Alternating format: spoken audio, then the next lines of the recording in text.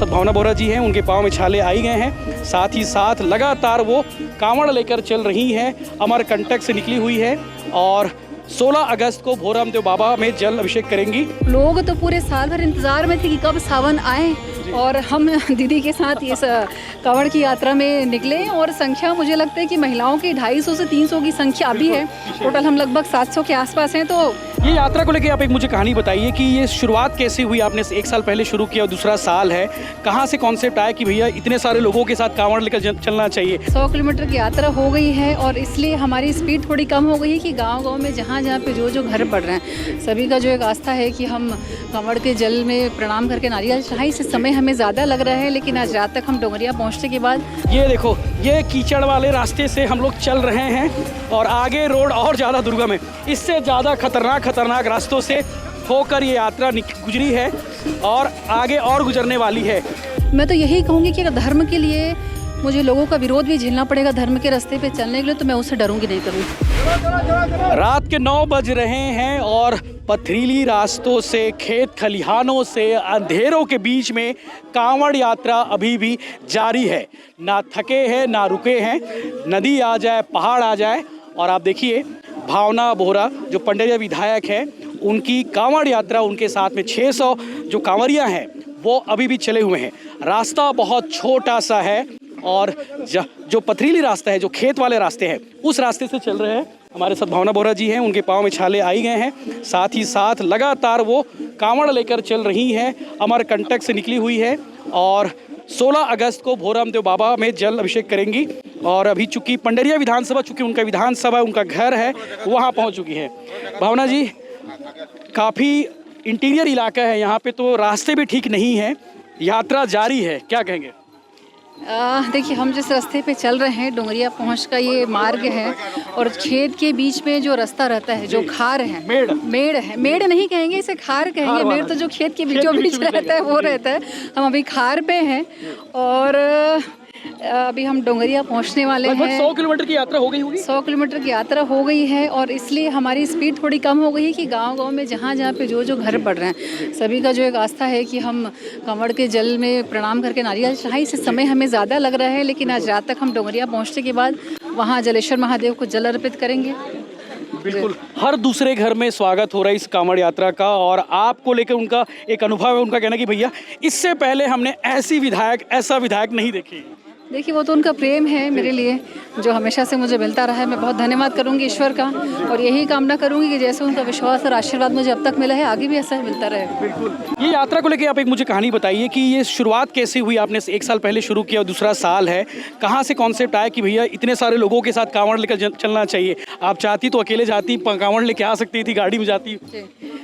देखिए, इसकी शुरुआत की अगर मैं बात करूं तो मैं जब जिला पंचायत सदस्य थी तो हमारे साथ के जो सहयोगी थे उन्होंने कहा कि कांवड़िया अमरकंटक बहुत बड़ी संख्या में जाते हैं, तो क्यों ना हम वहाँ पे एक भोजन भंडारे की व्यवस्था, निःशुल्क व्यवस्था कांवड़ियों के रहने के रुकने की करें। और आपको मैं बताती हूँ, मुझे बहुत खुशी हो रही है कि ये 5वां साल है जब वहाँ पे अमरकंटक में हमारे छत्तीसगढ़, विशेष तौर पर कवर्धा और पंडरिया की बात करूँ तो जो कांवड़िया बड़ी संख्या में जाते हैं उनके रुकने की व्यवस्था हमने पिछले 5 साल से करते आ रहे हैं। और लगभग 1 महीने में, सावन के उस 1 महीने में 10 से 12 हज़ार कांवड़िए वहाँ पर रुकते भी हैं और भोजन भी करते हैं। तो मैं भी हर सोमवार वहाँ कोशिश करती थी कि 3 से 4 सोमवार वहाँ जा पाऊँ। जब कांवड़ियों को देखती थी तो पुरुष कांवड़िए ज़्यादा दिखते थे। मैंने पूछा, भाई ऐसा क्यों है? महिलाएं तो बैजनाथ धाम जाती हैं, बाबा धाम जाती हैं, तो यहाँ क्यों नहीं आती हैं? तो उनका यही कहना था कि चूँकि रास्ता बहुत दुर्गम है, महिलाओं के लिए व्यवस्था जो होनी चाहिए व्यवस्था नहीं मिल पाती है, और परिवार वाले चूँकि रास्ता थोड़ी तकलीफदायक है और थोड़ा खतरनाक भी है, तो वो ले जाने के लिए वो उतना भरोसा विश्वास उन पर नहीं हो पाता कि हम कैसे यहाँ पे उनको सेफ रखेंगे महिलाओं को। तो मन में एक आस्था थी, ईश्वर से मैंने प्रार्थना की, नर्मदा मैया से, कि काश ऐसा हो कि मैं स्वयं कब इस रास्ते पे चलूं और मेरे साथ महिलाएं जो आज तक नहीं गई हैं वो शुरुआत करें। और मैं बहुत धन्यवाद करूंगी ईश्वर का कि वो शुरुआत हमारे माध्यम से हुई। पिछले साल जब हमने कांवड़ यात्रा शुरू की, लगभग 78 से 80 महिलाएं हमारे साथ थी जो पहली बार कांवड़ लेकर के निकली थी। और इस बार लोग तो पूरे साल भर इंतज़ार में थे कि कब सावन आए और हम दीदी के साथ ये कांवड़ की यात्रा में निकले। और संख्या मुझे लगता है कि महिलाओं की 250 से 300 की संख्या अभी है। टोटल हम लगभग 700 के आसपास हैं, तो निश्चित तौर पे उत्साह तो देखते बन रहा है सबका। इस कांवड़ यात्रा के साथ साथ लोगों का हृदय परिवर्तन भी हो रहा है। मैं देख पा रहा था कि आपके धूर विरोधी हैं आनंद सिंह जी, आपके अपोजिशन है, आपके विरोधी हैं। आज उन्होंने भी इस यात्रा का स्वागत किया और बहुत शानदार तरीके से उन्होंने पोस्ट भी किया। क्या कहेंगे आप? देखिए, मैं सिर्फ एक ही चीज़ कहूँगी, मैं विरोधी किसी अगर पार्टी का हम मान कर चले, पार्टी में मतभेद ज़रूर होते हैं, चाहे कोई भी हो, वो मनभेद नहीं होना चाहिए। हमने तो यही सीखा है अपने जो हमारे जो सीनियर हैं, हम विधानसभा में जब जाते हैं, विधानसभा में निश्चित तौर पे काफ़ी सारी बहस, काफ़ी तू मैं मुद्दों पे बहुत सारे वैचारिक मतभेद होते हैं, लेकिन जब उस विधानसभा के सदन से हम बाहर निकलते हैं तो वापस एक आम इंसान के तरह एक दूसरे से बात करते हैं। मुझे लगता है एक सौहार्द चाहे कोई भी पार्टी में हो, लोगों में बहुत ज़रूरी है, वो बने रहना। रहा सवाल किसी व्यक्ति विशेष के विरोध का, मैं तो यही कहूँगी कि अगर धर्म के लिए मुझे लोगों का विरोध भी झेलना पड़ेगा धर्म के रास्ते पे चलने के लिए, तो मैं उससे डरूंगी नहीं कभी। बिल्कुल, अभी कोई विरोध तो नहीं नजर आया मुझे। नहीं, बिल्कुल नहीं। देखिए, सारे लोग हैं, किसी भी पार्टी के हों, किसी भी जगह पे हों, सबका आशीर्वाद और सबका सहयोग बिल्कुल मिल रहा है। जो अपने आप को सनातनी और जो हिंदू मानते हैं, मुझे पूरा विश्वास है कि उन सब की आस्था इन कांवड़ियों के साथ साथ माता नर्मदा और भगवान भोलेनाथ पे ज़रूर होगी। बिल्कुल। इस पूरे मूवमेंट में आप 4-5 दिन हो गए हैं, इस पूरे मूवमेंट में कोई ऐसी बातें जो आपको लगा होगा कि ये बहुत कठिन डगर है,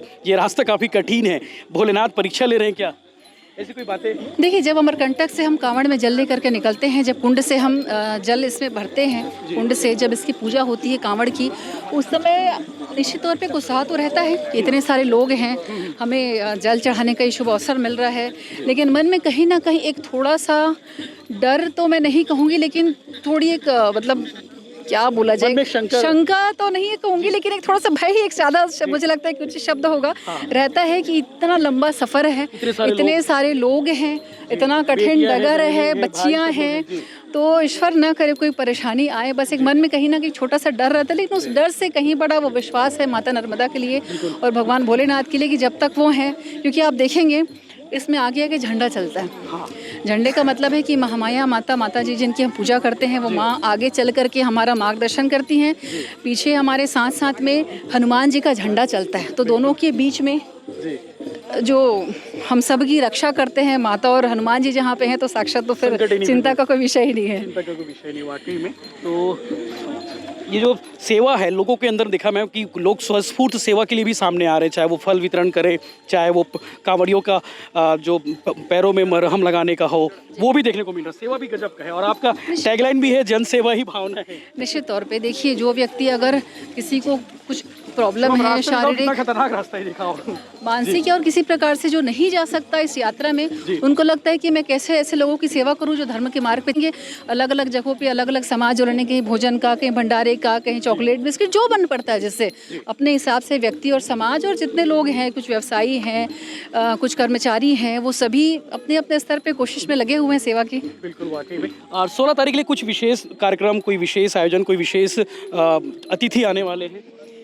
जब हमने अमरकंटक से शुरुआत की तो हमारे काफ़ी विधायक साथी वहाँ पे पहुँचे थे और निश्चित तौर पे सबका काफ़ी सहयोग तो हमेशा से ही रहा है। कुछ लोगों का फ़ोन आ रहा है कि भाई हम उस दिन भोरमदेव पहुँचने की कोशिश करेंगे करके, लेकिन आप अगर पिछले बार भोरमदेव का जो माहौल था भोरमदेव का, वो आप जब देखेंगे, मतलब मुझे लगता है कि कांवड़ियों के स्वागत में जितने कांवड़िए गए थे, सबके स्वागत में पैर रखने के लिए थोड़ी सी भी जगह नहीं बची थी। तो मैं ये ज़रूर कहूँगी कि सबका बहुत स्वागत है, लेकिन साथ में थोड़ा सा अपने सुरक्षा और व्यवस्था का भी ध्यान रख करके और बच्चों को विशेष तौर पर संभाल करके रखें, क्योंकि क्राउड में, भीड़ में बच्चे ज़्यादा परेशान होते हैं और शासन की तो है ही, साथ साथ लोगों की भी होनी चाहिए। बिल्कुल होनी चाहिए, वो जागरूकता ज़रूरी है। सभी लोग आप देख रहे हैं लगे हैं अलग अपने अपने स्तर पे, लेकिन फिर भी लोगों में जागरूकता ज़रूरी है। आप चाहती तो रास्ते बनवा सकती थी कि हम इस रूट से गुजरने वाले हैं, लेकिन जैसा है वैसे उसी रूट पर चल रहे हैं। देखिए यशवंत जी, मैं आपको बताऊं, 15 विधानसभा की अगर मैं बात करूं या विकास की बात करूं, जिस रोड पे हम खार अभी रोड है चल रहे हैं, इसका तो खैर बनना भी पॉसिबल नहीं है,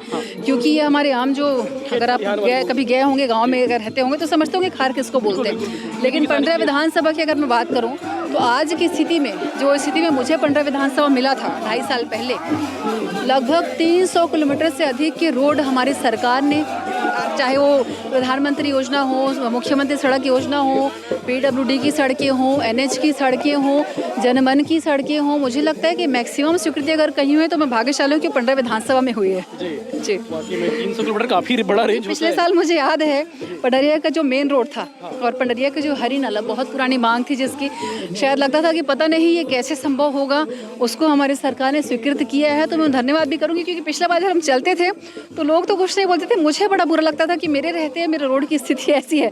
तो मुझे खुशी है कि आज उसी रास्ते पे जब हम गए तो गांव वालों ने दिखाया कि दीदी ये लतें बनवा दे।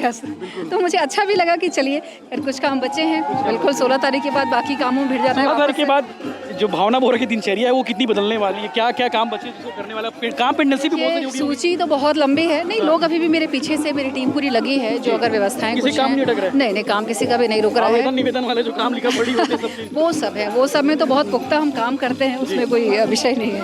बाकी इस कांवड़ यात्रा के दौरान भी साइन वाइन चल रहा होगा, लिखा पड़ी जो साइन जहाँ नहीं, जरूरी है। लोगों को सिर्फ अभी भगवा ध्वज, हमारा ये कांवड़ में जल, भगवान भोलेनाथ, सावन का महीना, सिर्फ अभी हर किसी के दिमाग में, मुझे लगता है इसके अलावा अभी और कुछ नहीं है। लोग समझ गए कि भैया अभी 10 दिन रुक जाओ, 6 दिन रुक जाओ, उसके बाद कर लेंगे कर। बिल्कुल बिल्कुल, उनको पता है कि उनकी दीदी जो वो बोलते हैं, जितना और मुझसे संभव हो पाता है ज़रूर मैं करती हूँ। तो उनको विश्वास है मुझ पर कि हमारी दीदी जब कुछ काम में लगेंगे तो निश्चित तौर पे वो उसको संपन्न करेंगे। Thank you very much. और हर हर महादेव, एक बार जयकारा लगा दो, हर हर। बिल्कुल, तो जय बोल बम। बिल्कुल, तो जयकारा के साथ में इस तरह से पगडंडियों में चल रहे हैं और साथ साथ खार में चल रहे हैं। खेत हो, खलिहान हो, नदी हो, पहाड़ हो, सभी रास्ते जो इतने विकराल स्थिति होती है वहाँ पर भी जल लेकर चल रहे हैं। और पीछे लंबा चौड़ा जो भीड़ है, 600 से ज़्यादा कांवरिये हैं। पिछले बार 600 प्लस 30 है। हाँ, 600 प्लस 30 है। बिल्कुल, पिछले बार जो संख्या थी वो लगभग 500 के आसपास थे पिछले बार। हाँ, और इस बार जो 27 की बात हो रही है, 2027 में हो सकता है आंकड़ा जो है 1000 प्लस हो सकता है। तो चलिए लगातार अपडेट्स आपको मिलते रहेंगे चैनल के साथ। बने, जय हिंद, जय जोहार। साहो डोंगरिया से हूँ मैं। अच्छा, डोंगरिया दीदी से के आप गाँव बहुत जा रहे जाते। हाँ, मेरा गांव है डोंगरिया धाम। हाँ। जलेश्वर महादेव। डोंगरिया की भी कहानी बताते हैं। पुराने जो सियान है पूर्व में, हाँ। जो नदी में कुछ जाल फेंके थे जो सियान जी, हाँ। वो 100 साल पुराने मतलब होगा, वो हमारा जानकारी में नहीं है। वो जैसे जाल फेंकते फेंकते गया तो पाया एक सियान ने, हाँ। तो जलहरी की तरह से तो वहीं पर छोड़ दिया। तो कई राजा महाराजा हाथी उथी लेकर हाँ। उसको खनने भी आया, हाँ। नहीं खनाया। हाँ। मतलब बहुत राजा प्रयास। खनाने के लिए। हाँ, पुराना बहुत हाँ। इतिहास है वहाँ। बिल्कुल, चलो आगे दिखाओ भाई, थोड़ा सा आगे दिखाओ। माहौल ये है कि बढ़िया सेवा जसगीत चल रहा है, भोले बाबा के गाने चल रहे हैं और बढ़िया मादर की थाप में लोग गाते बजाते कांवड़ यात्रा लेकर चल रहे हैं। रोड काफ़ी खतरनाक है, काफ़ी दुर्गम इलाका है। शुभम रोड दिखाते रहो, साथ में आगे दिखाओ कि जो लोग हैं, पीछे टी शर्ट भी लिखा हुआ है बोल बम भावना के संग, और श्री प्रभात फेरी मंडली जो है चल रही है और सामने लोग आनंद के साथ। रोड देखिए, रोड दिखाओ भाई, रोड कितना कीचड़ रोड है। ऐसे करके दिखाओ, लॉन्ग शॉट दिखाओ, लॉन्ग शॉट आगे करो, ऐसे दिखाओ। चलो ये देखो, ये कीचड़ वाले रास्ते से हम लोग चल रहे हैं और आगे रोड और ज़्यादा दुर्गम है। इससे ज़्यादा खतरनाक रास्तों से होकर ये यात्रा गुजरी है और आगे और गुजरने वाली है। होरामदेव तक जाएगी। चप्पल जो है जूता बन चुका है क्योंकि पूरे कीचड़ इसमें आ चुके हैं। बिल्कुल देखिए, किसी प्रकार का कोई डर नहीं, कोई भय नहीं और कोई चिंता नहीं, क्योंकि भोले बाबा है साथ में और यात्रा चल रही है। शुभम आगे आ जाओ, आगे। अभी थोड़ा भजन मंडली के साथ बात करते हैं। भजन मंडली साथ चल रही है, गाना बजाना चल रहा है। आगे चलो भैया, आगे चलो। ये देखो मादर के थाप में ये चल रहा है, दौड़ते हुए चलो। आ जाओ आ जाओ आ जाओ। मन मोरो मन लागे भोलेगा, तोरो मन मोरो मन लागे ना। भैया वही हाँ, मोरो मन लागे भोलेगा, तोरो बर मोरो मन लागे ना।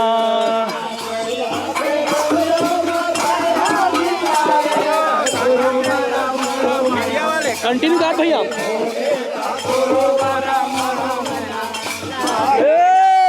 तोरो बर मोरो मन लागे भोलेगा, तोरो बर मोरो मन लागे ना।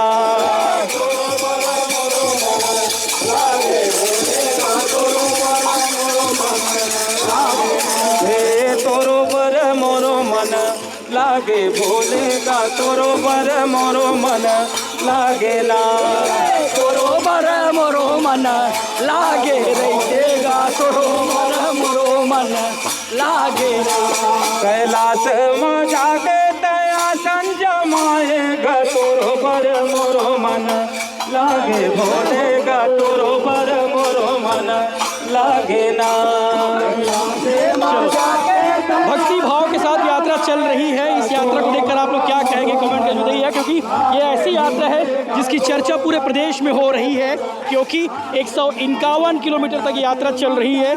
100 किलोमीटर तक पैदल चल चुके हैं और भोरम देव तक इन्हें जाना है जल चढ़ाने के लिए। हमें लगा क्यों ना आपको दिखाना चाहिए कि यहाँ की तस्वीर, यहाँ का माहौल, जिसे देखने के लिए आप अपने टीवी स्क्रीन पर, मोबाइल स्क्रीन पर आराम से देख सकते हैं।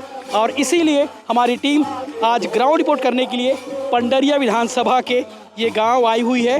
काफ़ी दुर्गम इलाकों से होकर यात्रा आई है, तो क्यों ना बात की जाए। आपको इस पूरे यात्रा को लेकर क्या कहेंगे कमेंट करके जरूर बताएं। जय हिंद, जय जवाहर, जय छत्तीसगढ़। मेरे साथ शुभम है जो इस पथरीली रास्ते पे इस खार में चलते हुए आपको ये वीडियो दिखा रहे हैं।